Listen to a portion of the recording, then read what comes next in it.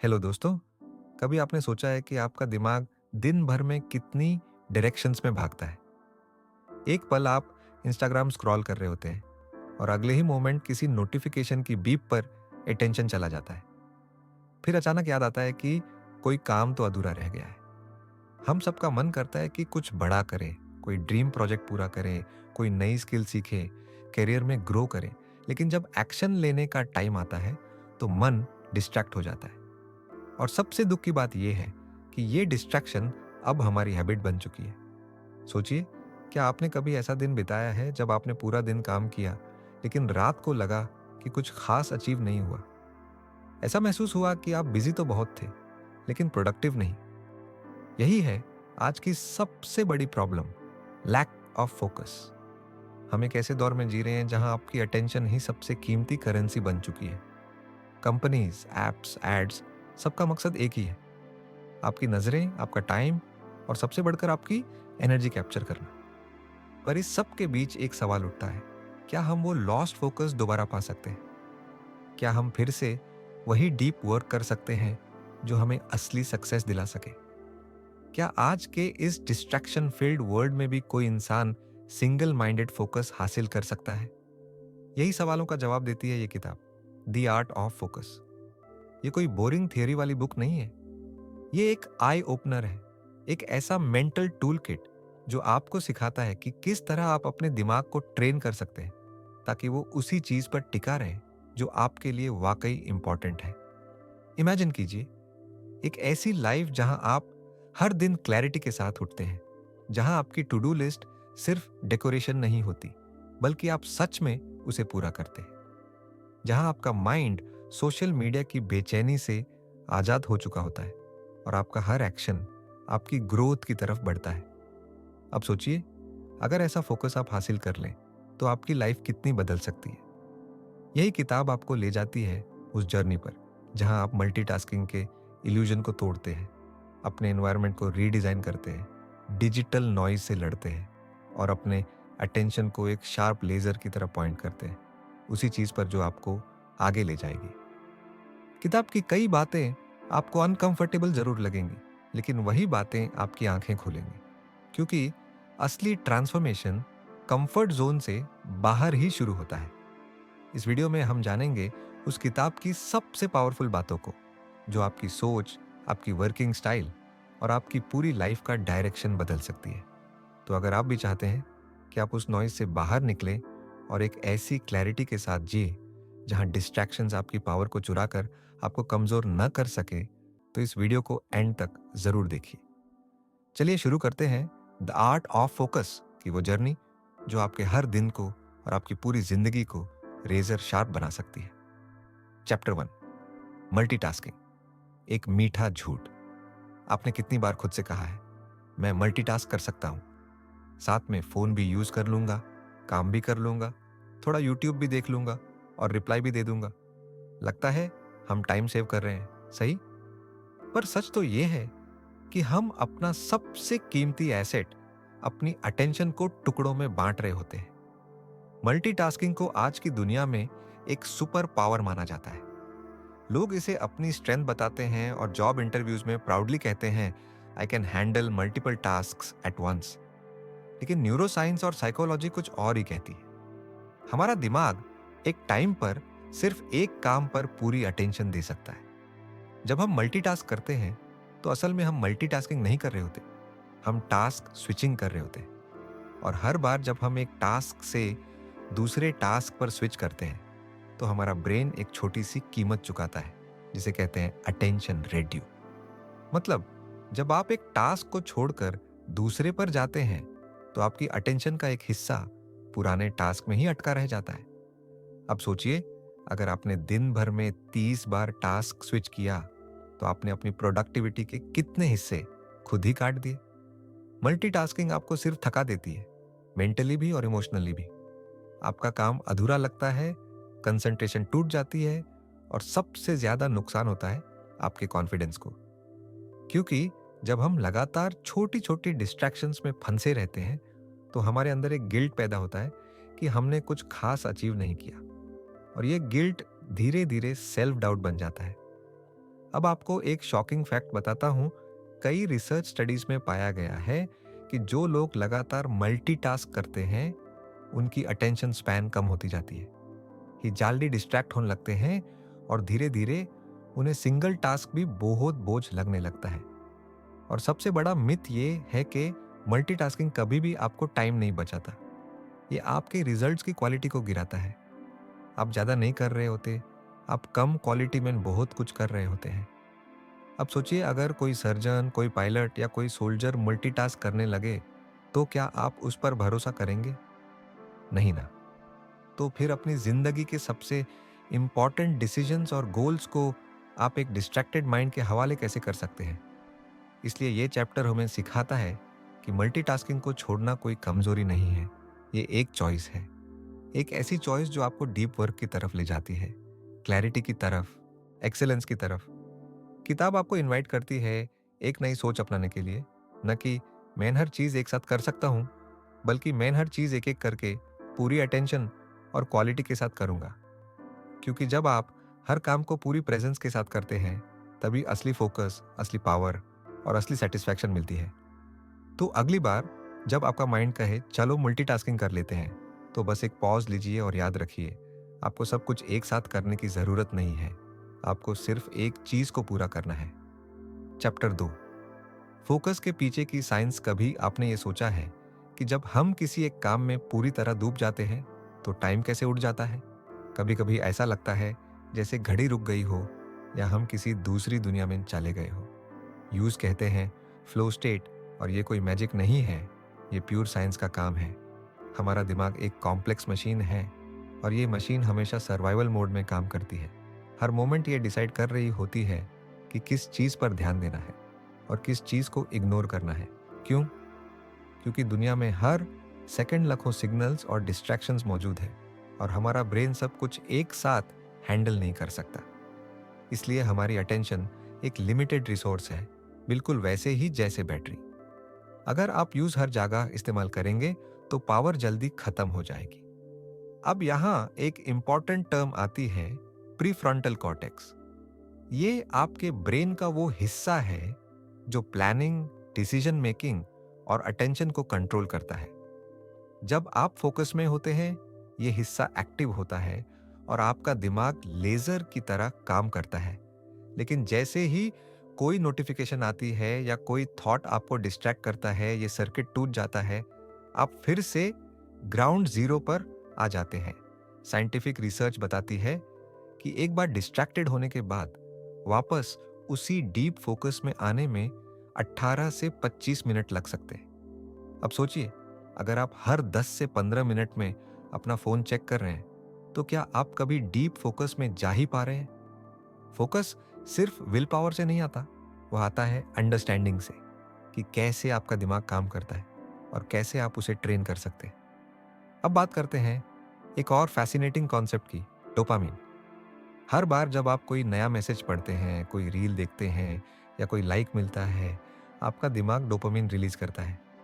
ये एक feel good chemical है और ये एडिक्टिव होता है। जैसे ही आपका दिमाग उस डोपामाइन हिट का आदी हो जाता है, वो बार बार इंस्टेंट रिवॉर्ड ढूंढता है।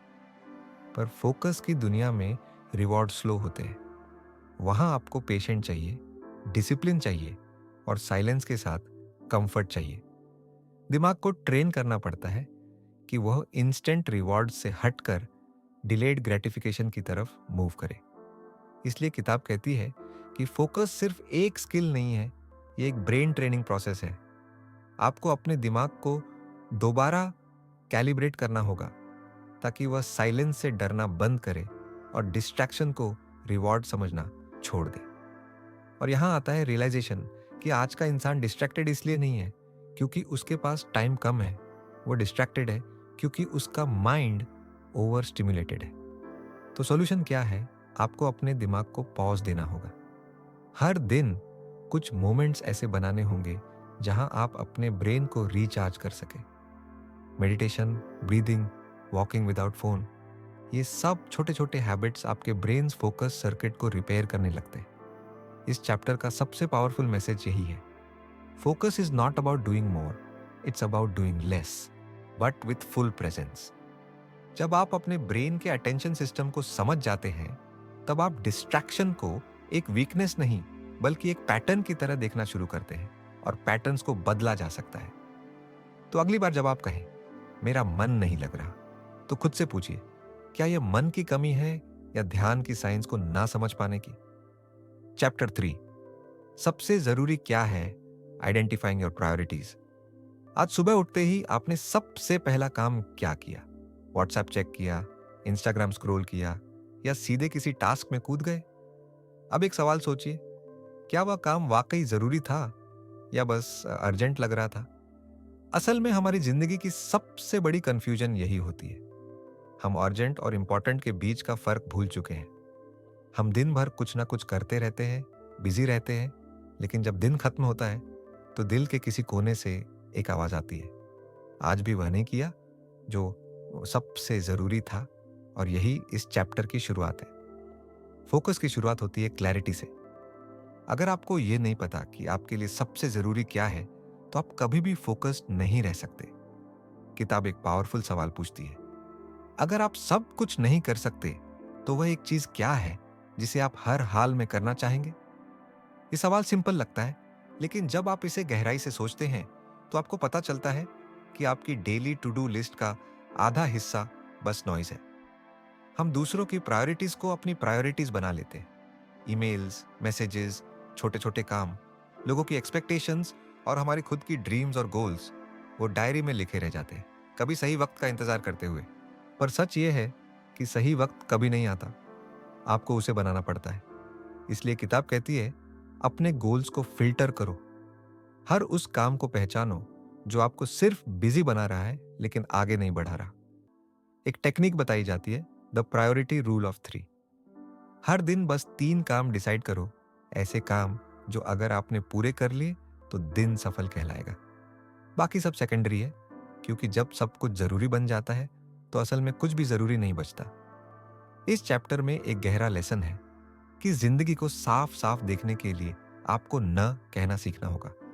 ना सिर्फ लोगों को बल्कि अपने आप को भी, उन आदतों को, उन डिस्ट्रैक्शंस को और उन थॉट्स को जो आपको असल गोल से भटका रहे हैं। कई बार हमें लगता है कि हम सब कुछ मैनेज कर सकते हैं, लेकिन सच ये है कि आप सब कुछ कर सकते हैं, लेकिन एक समय पे नहीं। तो सवाल ये नहीं है कि आपके पास कितना टाइम है, सवाल ये है कि आप उस टाइम का यूज किस लिए कर रहे हैं। चैप्टर 3 हमें सिखाता है कि फोकस तब पॉसिबल होता है जब डायरेक्शन क्लियर हो, जब आपके एक्शंस आपके लॉन्ग टर्म विजन से अलाइंड हो, जब आप हर दिन यह सोचकर काम करें, मैं क्यों कर रहा हूं ये काम, क्योंकि क्लैरिटी के बिना कोई भी प्रोडक्टिविटी मीनिंगफुल नहीं होती।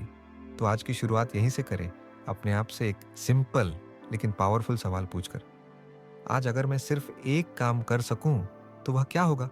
शायद वही सवाल आपको आपके असली फोकस की तरफ ले जाए। चैप्टर 4, डीप वर्क, वो गहराई जहां फोकस असली रूप लेता है।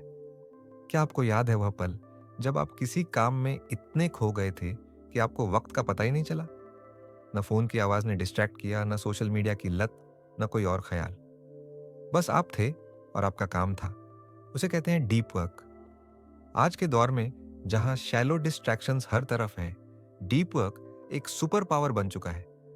किताब कहती है, जो लोग डीप वर्क करना जानते हैं वही लोग इस नॉइजी दुनिया में कुछ एक्स्ट्रा ऑर्डिनरी क्रिएट कर सकते हैं।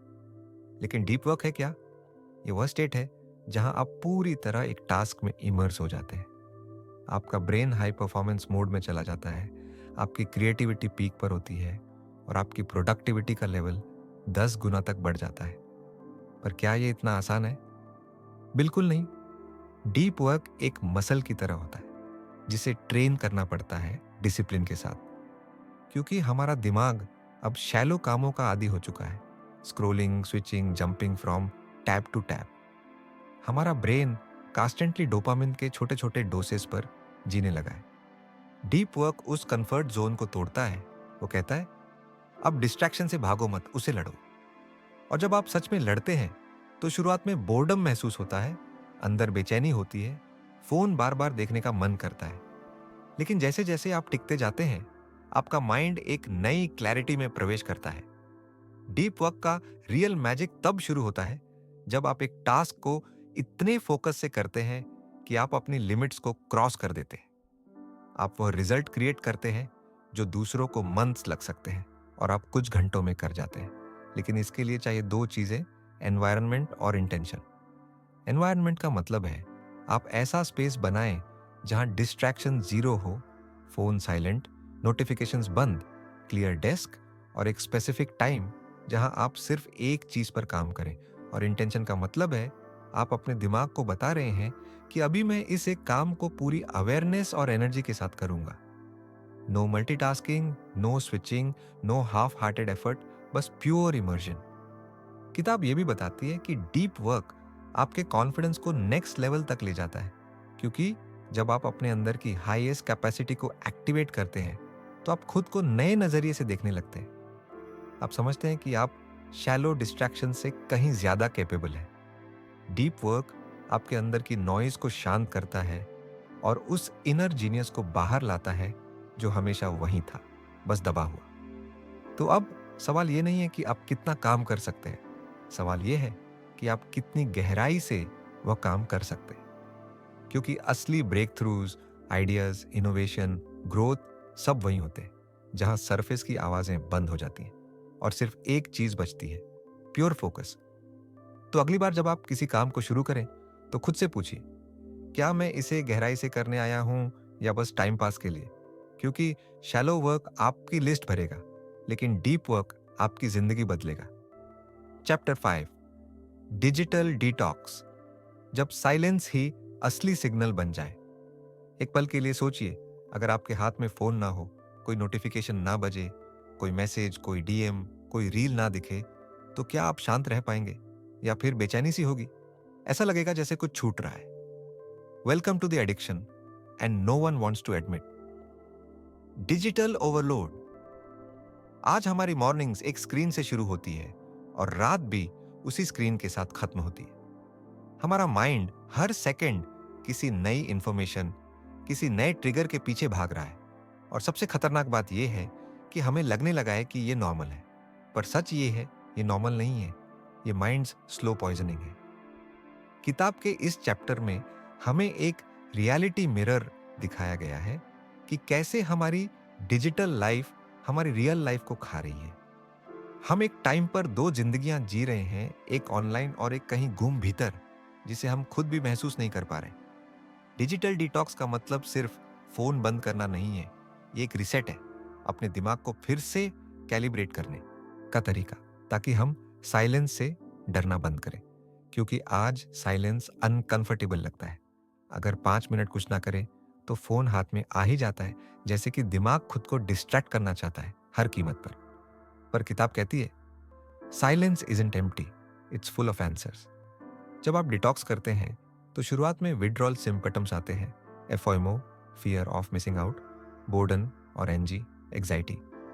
लेकिन जैसे जैसे आप टिकते हैं, आप एक नई चीज महसूस करते हैं, स्पष्टता। आपकी सोच साफ होती है, आपका माइंड तेजी से प्रोसेस करता है और आप रियल मोमेंट्स में प्रेजेंस महसूस करते हैं। डिजिटल डिटॉक्स आपको यह सिखाता है कि अटेंशन प्राइसलेस है और उसे हर सेकंड स्क्रॉल कल्चर के हवाले करना एक साइलेंट सुसाइड जैसा है। अब सवाल उठता है, कैसे करें डिटॉक्स? किताब कुछ प्रैक्टिकल स्टेप्स बताती है। सोशल मीडिया को फिक्स टाइम पर यूज करें, हर पल नहीं। एक दिन में कुछ नो स्क्रीन आवर्स रखें, जहां सिर्फ आप हो, आपकी सोच हो। नोटिफिकेशंस ऑफ करें, क्योंकि आप टेक्नोलॉजी के मालिक हैं, वो आपके नहीं। और सबसे जरूरी, बोर्डम को अलाउ करें, क्योंकि वहीं से असली क्रिएटिविटी पैदा होती है। हर बार जब आप फोन से दूरी बनाते हैं, आप अपने असली सेल्फ के करीब जाते हैं। तो अगली बार जब आपका माइंड खुद को डिस्ट्रैक्ट करने के लिए फोन की तरफ जाए, एक पॉज लीजिए और खुद से पूछिए, क्या मैं कुछ भूलने से डर रहा हूं या खुद से मिलने से? क्योंकि डिटॉक्स सिर्फ फोन से नहीं है, यह खुद से रिकनेक्ट करने की शुरुआत है। चैप्टर 6, टाइम मास्टरी, वक्त पर राज करने की कला। क्या आपने कभी सोचा है कि हम सबके पास एक दिन में 24 घंटे ही होते हैं? ना किसी के पास ज्यादा, ना किसी के पास कम। फिर भी कुछ लोग इन 24 घंटों से इतिहास बना देते हैं और कुछ लोग बस शिकायतें करते रहते हैं। फर्क कहां है? फर्क है टाइम मास्टरी में। फोकस सिर्फ डिस्ट्रैक्शंस हटाने का नाम नहीं है, फोकस का असली रूप तब शुरू होता है जब आप वक्त पर कमांड करना सीखते हैं। ये चैप्टर एक सच्चाई सामने लाता है कि हम वक्त के मालिक नहीं हैं, हम तो उसके गुलाम बन चुके हैं। हर सुबह जब हम उठते हैं, हमारा टाइम पहले ही बुक्ड हो चुका होता है। फोन, मैसेजेस, सोशल मीडिया, दूसरों की प्रायोरिटीज। हम दिन भर भागते रहते हैं, लेकिन बिना डायरेक्शन के। और जब दिन खत्म होता है तो एक भारी सा गिल्ट रह जाता है। मैंने किया क्या आज? किताब कहती है टाइम को कंट्रोल करने के लिए पहले खुद को कंट्रोल करना होता है, और ये कंट्रोल आता है इंटेंशन से। हर सुबह आप डिसाइड करते हैं कि आपका टाइम कहाँ जाएगा, या फिर दुनिया आपके लिए डिसाइड कर लेती है। टाइम मास्टरी एक स्किल नहीं है, ये एक माइंडसेट है। जहां आप टाइम को फील नहीं करते, आप उसे डिजाइन करते हैं। यहाँ पे एक पावरफुल तरीका बताया गया है, टाइम ब्लॉकिंग। मतलब आप अपने दिन को स्लॉट्स में डिवाइड करते हैं। हर ब्लॉक में एक स्पष्ट उद्देश्य होता है। काम, सीखना, आराम, गहरा काम, यहाँ तक कि बोर्डन, सबके लिए एक जगह तय होती है। जब समय का कोई हिस्सा फ्री नहीं होता, तो उसका मिसयूज भी नहीं होता। इस चैप्टर में एक और शानदार बात कही गई है कि बिजी होना कोई अचीवमेंट नहीं है। अगर आप हर समय ऑक्यूपाइड हैं, तो शायद आप खुद से भाग रहे हैं। टाइम मास्टरी हमें सिखाता है कि नो कहना वक्त बचाने का सबसे जरूरी तरीका है। हर यस जो आप दूसरों को कहते हैं, वह आपके वक्त से एक हिस्सा काट कर ले जाती है।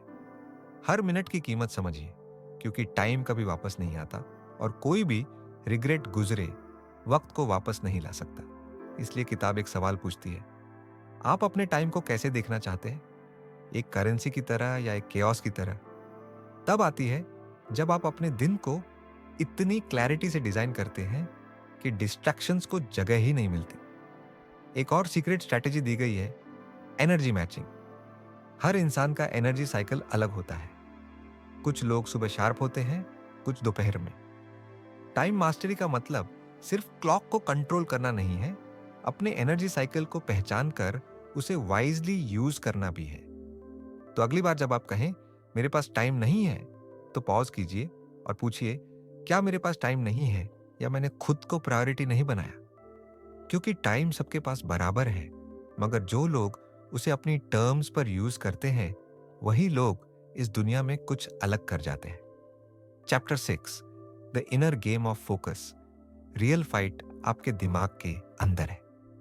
क्या आपने कभी किसी काम को करने से पहले खुद से ही हार मान ली है? वो स्मॉल सी आवाज जो कहती है तू नहीं कर पाएगा, या तेरे बस का नहीं है, या फिर थोड़ा इंस्टाग्राम देख लेते हैं, बाद में करेंगे। यही है द इनर गेम। फोकस की असली लड़ाई बाहर नहीं होती, ना फोन में, ना एप्स में, ना नॉइज में। फोकस की असली जंग आपके दिमाग के अंदर चलती है। किताब का यह आखिरी चैप्टर हमें हमारे सबसे बड़े दुश्मन से मिलवाता है, हमारे खुद के थॉट्स। हम सबके अंदर दो आवाजें होती हैं, एक जो हमें आगे बढ़ने को कहती है, और दूसरी जो कहती है रुक जा, डर है, फेलियर होगा। और अफसोस की बात यह है कि ज्यादातर लोग अपनी इंटरनल नॉइज से हार मान लेते बिना लड़े ही। फोकस सिर्फ एक्सटर्नल डिस्ट्रैक्शन से नहीं टूटता, वो सबसे ज्यादा टूटता है सेल्फ डाउट, ओवर थिंकिंग और इंटरनल रेजिस्टेंस से। जब आपका माइंड क्लियर नहीं होता, तो कोई भी टेक्निक, कोई भी प्रोडक्टिविटी हैक काम नहीं करता। इसलिए किताब कहती है, inner focus is the foundation of all outer performance. आपका ध्यान तब टिकता है जब आपका माइंड काल्म होता है, जब आप अपने थॉट्स के पीछे नहीं भागते, बल्कि उन्हें समझते हैं, ऑब्जर्व करते हैं और कंट्रोल करते हैं। इस चैप्टर में एक जबरदस्त कॉन्सेप्ट बताया गया है, विटनेस मोड, यानी खुद के थॉट्स का स्पेक्टेटर बनना। मतलब जब आप काम कर रहे होते हैं और माइंड कहीं और जा रहा हो, तो आप उस थॉट को पकड़ते हैं, उसे पहचानते हैं और उससे पूछते हैं, तू आया क्यों है? इससे एक पावर डेवलप होती है, अवेयरनेस की पावर। आप समझते हो कि हर थॉट सच नहीं होता, हर अर्ज फॉलो करना जरूरी नहीं होता, और हर फियर का मतलब डरना नहीं होता। यहीं से शुरू होता है the inner game of focus. किताब मेडिटेशन, जर्नलिंग और थॉट ट्रैकिंग जैसी टेक्निक्स भी सजेस्ट करती है, ताकि आप अपने माइंड को बाहर से नहीं, अंदर से डिसिप्लिन कर सके। यहाँ एक पावरफुल लाइन दी गई है, अगर आप अपने मन को जीत लो तो पूरी दुनिया जीतना आसान हो जाता है।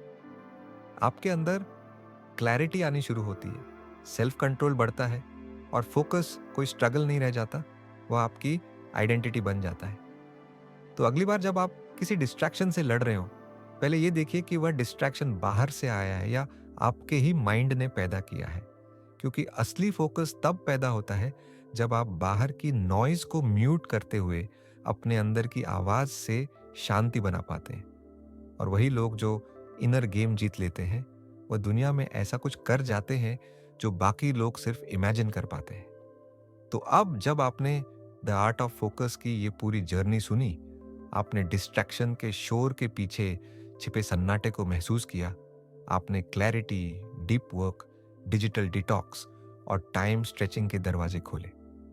अब सवाल ये नहीं है कि आपको क्या करना है, अब सवाल सिर्फ ये है कि आप कितनी क्लैरिटी से करेंगे फोकस। अब आपके लिए ये एक चॉइस नहीं, बल्कि आपकी सर्वाइवल स्ट्रैटेजी बन चुकी है। आज की दुनिया में जहां अटेंशन सबसे बड़ा वेपन है, आपका फोकस ही आपकी सबसे बड़ी करेंसी है। डिस्ट्रैक्शन से लड़ना एक रोज का युद्ध है, लेकिन हर बार जब आप उस टेम्पटेशन से जीतते हैं, हर बार जब आप अपने गोल्स को प्रायोरिटी देते हैं, हर बार जब आप फोन को नीचे रखकर अपने ड्रीम्स पर काम करते हैं, आप खुद को अपग्रेड कर रहे होते हैं। फोकस अब सिर्फ आपकी प्रोडक्टिविटी को नहीं बदलता, ये आपकी पहचान बदल देता है। अगर आपको ये वीडियो पसंद आया तो अभी लाइक का फोकस दिखाइए, कमेंट में बताइए कि इस किताब का कौन सा चैप्टर आपके दिल को छू गया, और सब्सक्राइब कीजिए बुकपीडिया को, क्योंकि यहाँ हम सिर्फ किताबों को नहीं पढ़ते, हम सोच बदलते हैं। हर हफ्ते मिलते हैं एक नई किताब के साथ, एक नए थॉट, नए इमोशन और नए एक्शन के साथ। और याद रखिए, डिस्ट्रैक्शन हर दिन आपको बुलाएगा, लेकिन आप हर दिन खुद को चुन सकते हैं। मिलते हैं अगली वीडियो में, तब तक के लिए स्टे फोकस्ड, स्टे अनस्टेपेबल। धन्यवाद।